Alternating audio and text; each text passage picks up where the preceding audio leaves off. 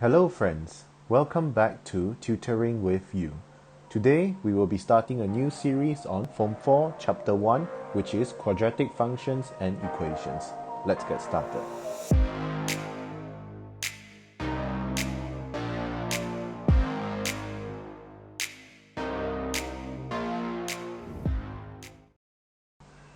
Okay, so let's get started. So for quadratic functions and equations in one variable, we will be covering four main points today, which are the differences between a quadratic expression, equation, and function, the types of relations in a quadratic functions, and the key features of a quadratic graphs and the effects of basically changing the values of a, b, and c in a quadratic function. So let's understand what the differences is between a expression, equation, and function. It is basically just how they are written. So for a quadratic expression, it will just be written in the form of ax squared plus bx plus c. A quadratic equation would be ax squared plus bx plus c equals to 0. And for a quadratic function, it will be f bracket x equals to ax squared plus bx plus c. This can also be written as y equals to ax squared plus bx plus c. These three letters that you see here, which are a, b, and c, they are all constants. Constants are basically fixed specific numbers with a fixed value, and these values constantly stay the same. Now, in order for them to qualify as quadratic expression, there are certain conditions that must be met. Basically three conditions. So the first is the constant a cannot equals to 0. That is the first rule. The second rule is the highest power of x, which is the variable, can only be 2. So all these variables you see here, the maximum, the highest that you can go to is 2, not 3, not 4, not higher. And the last one is that you can only have one variable.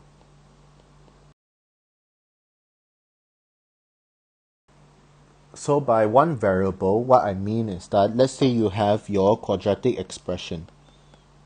In your quadratic expression, if you have more than one variable, let's say if you have a y here, or let's just change this to a y, by plus c, this is no longer a quadratic expression. You can only have one variable. Even if you use different letters, az squared plus bz plus c, that is okay, as long as there is only one variable available. So let's go through some examples. The question says to determine whether each of the following expression is a quadratic expression in one variable. If not, justify your answer. So from the previous page, we have gotten our three conditions that must be met in order for it to qualify as a quadratic expression. Let's look at the question. The first one, 2x squared plus 5. Is this a quadratic expression? Yes, it is, because a is not equals to 0. You have the highest power of 2 for the x and only one variable. Therefore, it is a quadratic expression. So for b, x cubed minus 6, this is not a quadratic expression because the highest power is 3. Now if we look at c, is c a quadratic expression?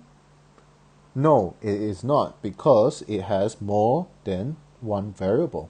Therefore, it is not a quadratic expression. For d, it is a quadratic expression because it only has one variable, it has a highest power of 2, and a does not equal to 0. So therefore, it is a quadratic expression. Now if we look at e, the question is 2x squared minus 3 over x squared. This one, if we bring it above, it becomes x to the power of minus 2. Now this is no longer a quadratic expression because the variable, which is this one here, that has a power, it is not a whole number. Not a whole number. So therefore, it is not a quadratic expression. It's the same with question F, where you have 4x squared minus x to the power of half. If you were to substitute any value of x into the equation, you will not get a whole number. Therefore, this is not a quadratic expression. Let's move on to the second part of this chapter, which is the types of relations. So in functions, there are 4 types of relations, which is one-to-one mapping here, the many-to-one, one-to-many, and many-to-many. These are 4 different types of relation, and how they work is there is an input and there is an output. Let's say if you have a function f(x) equals to x squared plus 2x, for example. Your input would be x equals to 1, and your output would be f(x) equals to 1 squared plus 2 times 1, which will give you 3. Does that make sense?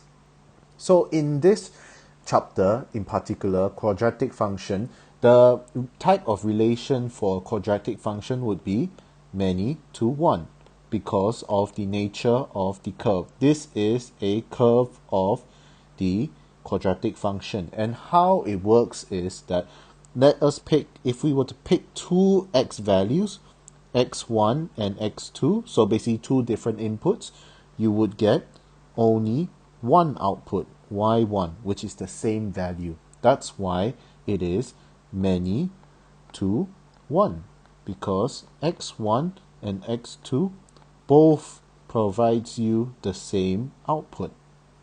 Does that make sense? Good. So let's carry on to the next part. Now let's move on to understanding the key features of a quadratic graph. So in a quadratic graph, you can only have 2 types of shape that is available. Let's just write down the quadratic equation again. Y equals to ax squared plus bx plus c. So if we were to look at the graph, if you have the first point is a is greater than 0, your graph would look something like a smiley face, like this. If you have a is less than 0, your graph would be the other way around, which is a sad face, something like this. Now, with each of these graphs, there is a stationary point or a turning point. So these turning points here that you can see are basically either a maximum point or a minimum point. If a, which is this a here, is greater than 0, you would have a minimum point. And if you have a sad face, which is where a is less than 0, it would be a maximum point.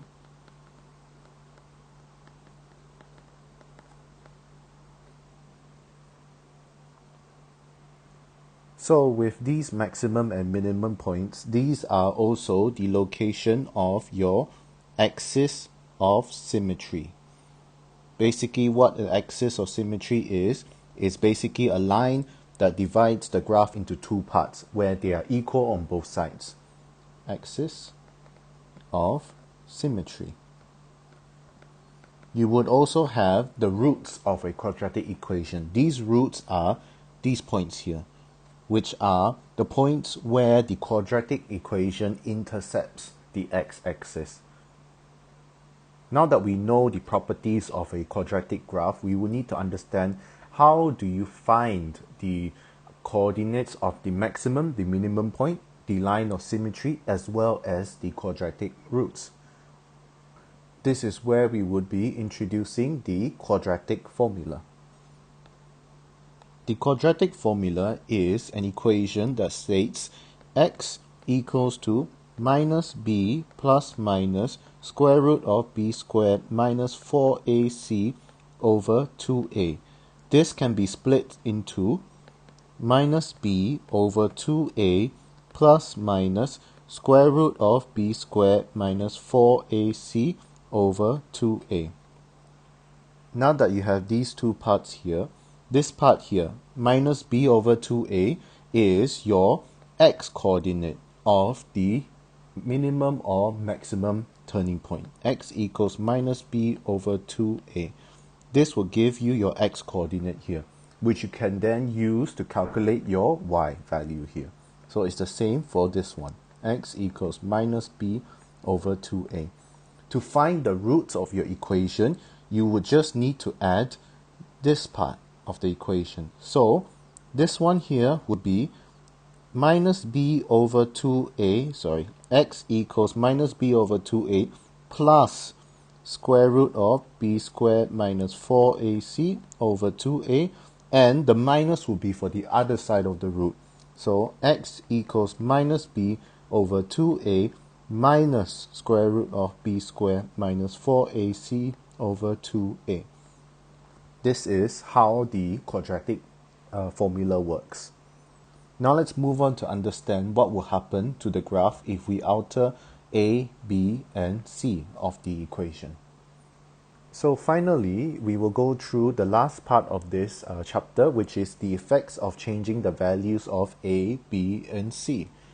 How this would look is, let's just take it slowly. So if you have your quadratic equation, y equals to ax squared plus bx plus c, we will be changing the values of a, b, and c. Okay, so we will do them one at a time. Let's see. Okay, so let's say if we have our equation here, y equals x squared, and obviously a here would be a equals to 1.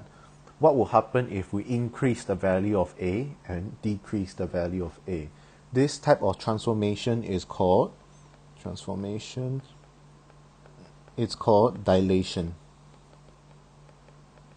where if we increase the value of a, it would becomes narrower and narrower, closer to the y-axis.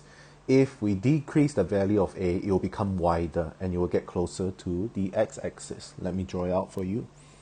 So if we increase the value of a, and then the equation now becomes y equals to 2x squared, it will look something like that. However, if we decrease it, it will look something like this, where, for example, here we would have y equals a quarter x squared, where a is reduced. Now let's move on to changing the value of b in the equation.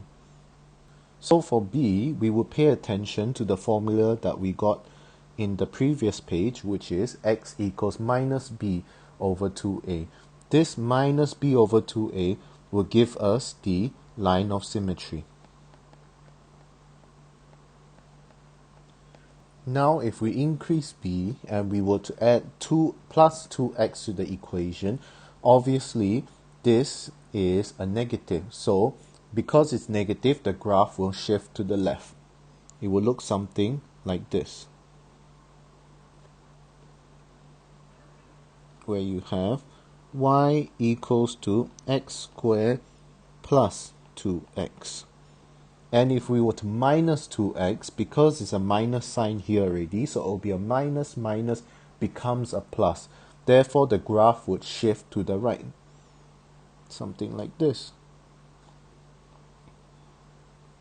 Y equals to x squared minus 2x. Therefore, the type of transformation here is a horizontal translation. Finally, if you were to look at the graph at the very right, now if we were to change the value of c, let's say if we were to plus 2 to this equation, it would shift up. The whole graph would shift up by a value of 2. And it will look something like this, where instead of 0, it goes up to 2. Y equals to x squared plus 2. If we minus 2 from the equation, the whole graph will shift down by 2. And it will look something like this, where it becomes minus 2. And this is y equals to x squared minus 2. So therefore, changing the value of c in this equation will shift the graph up or down depending on whether if it's positive or negative. And this type of transformation is a vertical translation.